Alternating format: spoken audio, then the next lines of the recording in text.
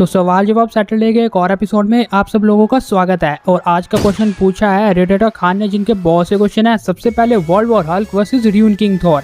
इसके लिए आपको इन दोनों कैरेक्टर्स के लेवल्स एंड फीट्स को समझना पड़ेगा कि इनका लेवल क्या है आखिरकार। सबसे पहले अगर हम वर्ल्ड वॉर हल्क की बात करते हैं तो इस हल्क ने आयरन मैन को इतने पावरफुल आर्मर के साथ धूल चिटा दी थी, रीड रिचर्ड का पूरा हाल कर दिया था, डॉक्टर स्ट्रेंज की फाड़ के रख दी थी, एंड ब्लैक वॉल जिसकी स्क्रीम से प्लैनेट डिस्ट्रॉय हो जाते हैं उसका बहुत ही बुरा हाल कर दिया था। लास्ट में इसने सेंट्री को डिस्ट्रॉय कर दिया था जिसके पास मिलियंस ऑफ एक्सप्लोडिंग सन्स की पावर है। तो ये है वर्ल्ड वॉर हल्क। और अगर आपको ये नहीं पता कि world breaker Hulk and world war Hulk में डिफरेंस क्या है तो आप सुन लो। इसके बाद जब हल्क का बहुत ही ज्यादा गुस्सा, मतलब सेंट्री की लड़ाई के बाद हल्क फिर से ट्रांसफॉर्म हो जाता है ब्रूस में, फिर उसके बाद उसका गुस्सा फिर से उठने लगता है और फिर वो इतना पावरफुल हल्क बनता है जिससे वर्ल्ड ही ब्रेक होने लग पड़ा था। वो पूरे न्यूयॉर्क को ही डिस्ट्रॉय कर देता सिर्फ अपने सिंगल पैर से, एंड तब वो बना वर्ल्ड ब्रेकर हल्क। तो हाँ, वर्ल्ड वॉर हल्क वो हल्क है जो सेंट्री से लड़ने से पहले था, लेकिन सेंट्री के ड्रॉ के बाद जो हल्क खड़ा हुआ वो था वर्ल्ड ब्रेकर हल्क। और इसके अकॉर्डिंग, मतलब जिस तरह से इसने सेंट्री को हराया, वर्ल्ड को ब्रेक करने की कोशिश की, इसके अकॉर्डिंग अपना हल्क में भी एक सोलर सिस्टम लेवल कैरेक्टर है। लेकिन र्यून किंग थॉर का क्या, उसका कैरेक्टर लेवल ही अलग है। मतलब उसने शैडो गॉड्स का सफाया कर दिया था जो कि मे भी आउटसाइड में रहते हैं। अगर हम इस थ्योरी को नहीं भी कंसीडर करते हैं तब भी इसने 7 सेलेस्टियल्स को एक सिंगल लाइटनिंग स्ट्राइक से मार दिया था। इमॉर्टल मैंगॉक को इतनी बुरी तरह हराया था जो कि इतना पावरफुल कैरेक्टर है। इसके अलावा भी र्यून किंग थॉर ने वर्ल्ड ट्री को डिस्ट्रॉय कर दिया था जिसमें 9 रेलम्स थी। तो आप समझ सकते हो कि पावर लेवल किसका ज्यादा लग रहा है। जिस बंदे ने सेलेस्टियल्स को डिस्ट्रॉय कर दिया उसके लिए सोलर सिस्टम लेवल कैरेक्टर क्या ही है। बहुत से लोग ये मानते हैं कि वो यूनिवर्सल लेवल है, कुछ मानते हैं मल्टीवर्सल। और अगर हम ये शैडो गॉड वाला कॉन्सेप्ट याद करें कि शैडो गॉड्स आउटवर्स में रहते हैं, पता ही नहीं ये बात सच है या नहीं, लेकिन बहुत से लोग मानते हैं इन्हें, तो उसके अकॉर्डिंग तो ये ओमनीवर्सल लेवल हुआ। लेकिन अगर ये यूनिवर्सल या मल्टीवर्सल लेवल कैरेक्टर भी हुआ तब भी सोलर सिस्टम लेवल कैरेक्टर को भाई ये बहुत ही बुरा उड़ा देगा। इसलिए र्यून किंग थॉर बहुत ज्यादा पावरफुल है वर्ल्ड ब्रेकर हल्क से। अब इनका नेक्स्ट क्वेश्चन है ब्लैक विडो वर्सेस हॉकाई इन मूवीज। अगर आप इन दोनों कैरेक्टर्स के बारे में ध्यान से सोचोगे तो इनके बैटल कई बार हुए हैं एंड सचमुच इंटरेस्टिंग है। अवेंजर्स मूवी में ये लड़े, अवेंजर्स एंड गेम में लड़े, लेकिन बैटल को जीतेगा कौन? अगर आपने ध्यान से इन दोनों के बैटल्स को देखा होगा तो क्लोज कॉम्बैट फाइट में ब्लैक विडो हर बार आगे आई है। अवेंजर्स मूवी में भी ब्लैक विडो के पास अपर हैंड था फाइट में, एंड दूसरी ओर एंड गेम में भी ब्लैक विडो के पास एडवांटेज लग रहा था क्योंकि एज कम्पेयर टू हॉकाई उसकी ट्रेनिंग काफी अच्छी है हैंड टू हैंड कॉम्बैट में in shield. And second important बात, उसके इलेक्ट्रिकल ब्रेसलेट्स, जो ब्रेसलेट्स उसे close to close combat fight में हमेशा एक अपर हैंड देंगे। और सबसे इंपॉर्टेंट बात कि वो इन ब्रेसलेट्स को शूट तरीके से भी यूज कर सकती है, जबकि हॉकाई के पास सिर्फ उसका धनुष है। इसीलिए अगर हम hand to hand combat fight की बात करते हैं तो in my personal opinion Black Widow का पलड़ा थोड़ा भारी है। लेकिन अगर हम बात करें लॉन्ग रेंज फाइट की तो वहां पे तो हॉकाई डेफिनेटली बाजी मारने वाला है। उसके पास डिफरेंट एरोस है ब्लैक विडो के ऊपर चलाने के लिए। ब्लैक विडो कुछ भी डिफेंड करे उससे पहले उसे एरो लग जाएंगे, इसलिए हॉकाई तब आराम से जीत जाएगा। इनका नेक्स्ट क्वेश्चन है ऑडिन with ऑडिन force versus doctor strange. अब अगर आप डॉक्टर स्ट्रेंज के साथ टाइम स्टोन को ऐड नहीं करते हो क्योंकि उसका है नहीं टाइम स्टोन, तो मुझे नहीं लगता मूवीज एंड कॉमिक्स में ज्यादा कुछ इंपैक्ट पड़ने वाला है। मतलब ऑडिन दोनों जगह भारी है इसके ऊपर क्योंकि आप ऑडिन फोर्स को ऐड कर रहे हो। ये दोनों ही मैजिक जानते हैं, जहां पर स्ट्रेंज के पास एल्ड्रिक मैजिक है तो ऑडिन के पास एस्गार्डियन मैजिक है, एंड सबसे पावरफुल एस्गार्डियन है वो। इसीलिए डॉक्टर स्ट्रेंज के कई स्पेल्स का जवाब ऑडिन के पास ऑलरेडी मौजूद होगा। फिर बैटल पहुंचेगा फिजिकल बैटल में, जहां पे ऑडिन बहुत ज्यादा आगे रहेगा डॉक्टर स्ट्रेंज से, एंड एक ही पंच में उसे सुला देगा। ऊपर से उसके पास गन जैसे वेपन्स है जिनकी हेल्प से वो एनर्जी को मैनिपुलेट कर देता है एंड एब्जॉर्ब भी कर पाता है। इसलिए डॉक्टर स्ट्रेंज के बहुत से अटैक ऑडिन के ऊपर फेल होने वाले हैं। दोनों के पास टेलीपोर्टेशन का एडवांटेज है और मिरर डायमेंशन भी डॉक्टर स्ट्रेंज का साथ नहीं देने वाली क्योंकि वहां से भी वो टेलीपोर्ट होकर बाहर आ सकता है। ऑडिन लिटरली एक नेक्स्ट लेवल बीइंग है जिसके पास कमाल की एबिलिटीज है, और अगर हम इसे ऑडिन फोर्स देते हैं जिसका तो भाई लेवल ही अलग हो जाता है। फिर इनका नेक्स्ट क्वेश्चन है iron spider versus war machine. पहले आप ये सोच सकते हो कि इन दोनों कैरेक्टर्स का कंपैरिजन क्या ही होगा, लेकिन अगर आप ध्यान से सोचो तो भाई नेक्स्ट लेवल होगा। बैटल लिटरली कोई भी जीत सकता है। एक के पास वॉर वाले वेपन्स है तो दूसरे के पास कमाल की हाई टेक्नोलॉजी है, लेकिन जीतेगा कौन? चलो सब पॉसिबिलिटीज को देख लेते हैं। तो अब इन दोनों आर्मर्स में बहुत सी सिमिलैरिटीज है, like strength, durability, speed, reflexes वगैरह, क्योंकि बनाया तो इन दोनों को टोनी स्टार्क नहीं है, बट अपनी सुपर नेचुरल एबिलिटीज की हेल्प से जो स्पाइडरमैन के पास है उससे वो थोड़ा आगे निकल जाता है। लाइक स्पाइडर सेंस की हेल्प से वो उसके बहुत से अटैक से डॉज कर लेगा ऑलरेडी। अगर ये नहीं होता है तो उसके पास स्पाइडर वेब्स भी है जिनकी हेल्प से उसकी एजिलिटी काफी इंक्रीज हो जाती है। तो अब मेरा कंक्लूजन क्या निकल के आएगा, मैं आपको long range and short range दोनों फाइट्स को डिस्कस करके बता देता हूँ। अगर इनकी फाइट लॉन्ग रेंज होती है तो मे भी 60-40 वॉर मशीन शायद ले जा सकता है, क्योंकि लॉन्ग रेंज में वॉर मशीन अपने आर्मर का खुल के यूज कर पाएगा। उसके आर्मर में वो वॉर वाले वेपन्स फिट है जो कि स्पाइडर के पास नहीं है। वॉर इन द सेंस उसके पास ऐसे पावरफुल मिसाइल्स भी होंगी जो एक ही पॉइंट में बहुत ज्यादा डैमेज अपने अपोनेंट को दे पाए। तो वॉर मशीन लॉन्ग रेंज में स्पाइडरमैन के ऊपर पावरफुल मिसाइल्स का यूज करता रहेगा। हालांकि स्पाइडरमैन अपनी सुपर स्पीड की हेल्प से या अपनी एजिलिटी की हेल्प से बार बार बचता रहेगा, लेकिन कब तक ही बचेगा वो, उसे एक न एक अटैक तो लग ही जाएगा और उसी बीच वो टेम्परेरी नॉकआउट कर सकता है उसे। हालांकि परमानेंट नहीं कर पाएगा क्योंकि उसके पास रीजनरेटिव हीलिंग फैक्टर भी मौजूद है। तो 60% तो वॉर मशीन के इस तरह चांसेस है और इधर जो 40% बचता है वो यही है कि स्पाइडरमैन कितना बच पाएगा वॉर मशीन से।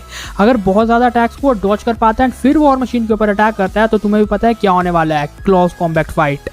तो क्लोज कॉम्बैट फाइट में स्पाइडरमैन के पास इन माय पर्सनल ओपिनियन ज्यादा एडवांटेज रहने वाले हैं। सबसे पहला तो यही कि वो ज्यादा एजाइल है, यानी उसके स्पीड एंड रिफ्लेक्सेस ज्यादा तेज होंगे वॉर मशीन के लेवल के। सेकंड, उसके स्पाइडर वेब्स जो कि वॉर मशीन को ट्रैप कर सकते हैं एंड इवन वॉर मशीन की आंखों को ब्लर कर सकते हैं। वो स्पाइडर सेंस उसकी हेल्प करेंगे ही। अब वॉर मशीन के जवाबी तौर पे वो कुछ लेजर्स या फिर तो मिसाइल्स का यूज कर सकता है, बट शॉर्ट, क्योंकि अगर वो पावरफुल मिसाइल्स का यूज करेगा इतने पास से तो दोनों के ऊपर इम्पैक्ट पड़ेगा एंड तब वॉर मशीन इनडायरेक्टली हारी जाएगा। मतलब अगर वो पावरफुल मिसाइल का यूज करता है एंड बहुत बड़ा धमाका होता है तो वॉर मशीन हार जाएगा, बट स्पाइडरमैन विथस्टैंड कर जाएगा। क्यों? क्योंकि वॉर मशीन के अंदर रूडी है जो कि एक सिंपल ह्यूमन है, लेकिन स्पाइडरमैन यानी आयरन स्पाइडर सूट के अंदर पीटर पार्कर है जो कि एक सुपरनैचुरल पावर होल्ड करता है, यानी कि रीजनरेटिव हीलिंग फैक्टर। इसीलिए रूडी वहां पे हार जाएगा। बस स्पाइडरमैन के पास खुद भी कमाल की ड्यूरेबिलिटी है, पीटर की खुद भी durability plus regenerative healing factor है जो कि उसे ऐसे अटैक से सर्वाइव करवा देगी। इसीलिए क्लोज कॉम्बैट फाइट में स्पाइडी के बहुत से पॉसिबिलिटीज है कि वो वॉर मशीन के ऊपर भारी पड़ने वाला है। अब हाँ, लॉन्ग रेंज में वॉर मशीन एंड शॉर्ट में Spiderman in my personal opinion. खैर, अगर आपको ऐसा लगता है कि मैंने इंस्टेंट किल मोड को यहाँ पे ऐड क्यों नहीं किया तो सुन लो। इंस्टेंट किल मोड सिर्फ उन्हीं अपोनेंट्स के ऊपर काम करता है जो स्पाइडरमैन से वीक हो, ताकि वो एक्टिवेट हो एंड बहुत से अपोनेंट्स का वो एक साथ सफाया कर दे। बट वॉर मशीन का आर्मर इन सब करेजेस से काफी ज्यादा पावरफुल है। अगर वो यूज कर भी देता तो वॉर मशीन भी काउंटर कर ही लेता, लेकिन खैर मैंने आपको ओपिनियन शेयर कर ही दिया है। अब इनका नेक्स्ट क्वेश्चन है iron man versus captain America, but simple, मतलब 2012 वाले दोनों को उठा लेते हैं। तो देखो यहाँ पे आयरन मैन के पास काफी ज्यादा एडवांटेज है। मतलब लॉन्ग रेंज फाइट का सबसे पहला long range fight captain America सिर्फ डॉज करेगा अपनी शील्ड की हेल्प से, ये ब्लॉक कर पाएगा। इसके अलावा अटैक वो नहीं कर सकता लॉन्ग रेंज में। अगर शील्ड फेंकने की कोशिश करेगा तो आयरन मैन आराम से डॉज कर जाएगा उससे, और जब आयरन मैन अटैक करेगा तो लेजर्स की हेल्प से एक न अटैक उसे लग ही जाएगा एंड कैप्टन अमेरिका वहीं पे ढेर। और क्लोज कॉम्बैट फाइट में भी ज्यादा कुछ डिफरेंस नहीं होने वाला, क्योंकि ये दोनों लड़ेंगे। आयरन मैन आराम से एस्केप कर जाएगा कैसे भी अपने लेजर से, या फिर तो अपने आर्मर की हेल्प से कैप्टन अमेरिका को धूल चटा देगा। मान लो कैप्टन अमेरिका बहुत गुस्से में सिविल वॉर की तरह ये हाल कर देता है तो आयरन मैन एस्केप कर जाएगा वहां से एंड फिर ऊपर से फिर से अटैक करना शुरू कर देगा। ओवरऑल आयरन मैन के जीतने के काफी चांसेस है as compare to simple cap. जिन लोगों को ऐसा लगता है तो फिर यहाँ पे कैप्टन अमेरिका क्यों जीता आयरन मैन से, पहली बात iron man captain America and बकी से फाइट करके थक गया था एंड सेकंड सबसे इंपॉर्टेंट बात कि इस बैटल में स्पेस नहीं था। ये एक बहुत ही कम टाइप के चैम्बर में लड़ रहे थे। अगर ये बाहर लड़ रहे होते तो आयरन मैन आराम से इधर उधर जा सकता था, लॉन्ग रेंज में पहुंच सकता था एंड कैप को इजीली बीट कर सकता था। तो बैटल का ये भी समझो कि बैटल हो कहाँ रहा है। सिविल वॉर का ये बैटल एक बहुत ही छोटे चैम्बर में हुआ था, इसलिए कैप आगे लग रहा था क्योंकि टोनी एस्केप नहीं कर पाया। लेकिन अगर वो एस्केप कर देता तो कैप का काम तमाम। इनका नेक्स्ट क्वेश्चन है Wanda with dark hold versus doctor strange with time stone. देखो, अगर आपको ऐसा लगता है बैटल बहुत ज़्यादा इंटेंस होगा एंड कोई भी जीत सकता है तो ऐसा बिल्कुल नहीं है। डॉक्टर स्ट्रेंज टाइम स्टोन की हेल्प से वांडा को इजीली बीट कर देगा। वांडा के पास भले डार्क होल्ड का काफी ज्यादा नॉलेज हो, लेकिन डॉक्टर स्ट्रेंज के पास अगर आप टाइम स्टोन दे रहे हो तब समझो कि आप उसे यूनिवर्स की एक बहुत पावरफुल चीज दे रहे हो जिससे वो टाइम को मैनिपुलेट कर पाएगा। इसलिए वांडा की फाइट की जितनी भी पॉसिबिलिटीज है वो पहले ही देख लेगा थैनोस की इस फाइट की तरह। एक न एक पॉसिबिलिटी वो निकाल ही लेगा वांडा के खिलाफ जो कि वो यूज कर पाए। अचानक फाइट होती है तब भी वो सेकंड्स के अंदर टाइम को मैनिपुलेट करके खुद करोड़ों पॉसिबिलिटीज देख सकता है। इसलिए वांडा की दाल वहां पे भी नहीं गलेगी। टाइम स्टोन लिटरली एक बहुत पावरफुल चीज है जिसे डॉक्टर स्ट्रेंज अगर ढंग से यूज करे तो वांडा को टाइम लूप में भी फंसा सकता है। वांडा भले ही पावरफुल हो, कॉस्मोस पे राज करने के लिए बनी हो, लेकिन टाइम स्टोन जैसा इतना पावरफुल इन्फिनिटी स्टोन जो आपको भाई टाइम मैनिपुलेशन दे रहा है, तो सोच ही सकते हो आपकी वांडा को आप कितने टाइप के मैजिक में फंसा सकते हो टाइम को मैनिपुलेट करके। और जिन लोगों को ऐसा लगता है कि वांडा ने भी अपनी रियलिटी में टाइम को मैनिपुलेट किया था इस तरह, तो ऐसा वो कर पाएगी, तो ऐसा नहीं है, क्योंकि ये उसने जस्ट टाइम को रिवाइंड किया था, ना कि टाइम मैनिपुलेशन उसके पास है। वो कैपेबिलिटी टाइम स्टोन के पास है, इसलिए वांडा को अब बीट करने वाला है। अब बहुत से लोगों का एक और क्वेश्चन होगा कि वांडा तो कॉस्मोस में में राज करने के लिए बनी है और यूनिवर्स कितना बड़ा है एंड ऐसा वैसा तो तब भी कुछ नहीं है, क्योंकि एक इन्फिनिटी स्टोन एक यूनिवर्स के अंदर वर्क करता है जो कि उसका अपना यूनिवर्स है एंड कॉस्मोस का मतलब एक सिंगल यूनिवर्स हुआ, ना कि मल्टीवर्स। और इसीलिए लॉकी सीरीज में भी बात बताई गई है कि एक इन्फिनिटी स्टोन किसी और यूनिवर्स में वर्क नहीं करेगा, बट अपने यूनिवर्स में तो वो वर्क करने वाला है। इसीलिए आप समझ सकते हो कि वांडा के सामने टाइम मैनिपुलेशन हो तो मुझे नहीं लगता उसकी दाल करेगी। खैर, आपका पर्सनल ओपिनियन क्या है कमेंट में जरूर शेयर कर देना। And my personal opinion time stone के साथ डॉक्टर स्ट्रेंज अनस्टॉपेबल है।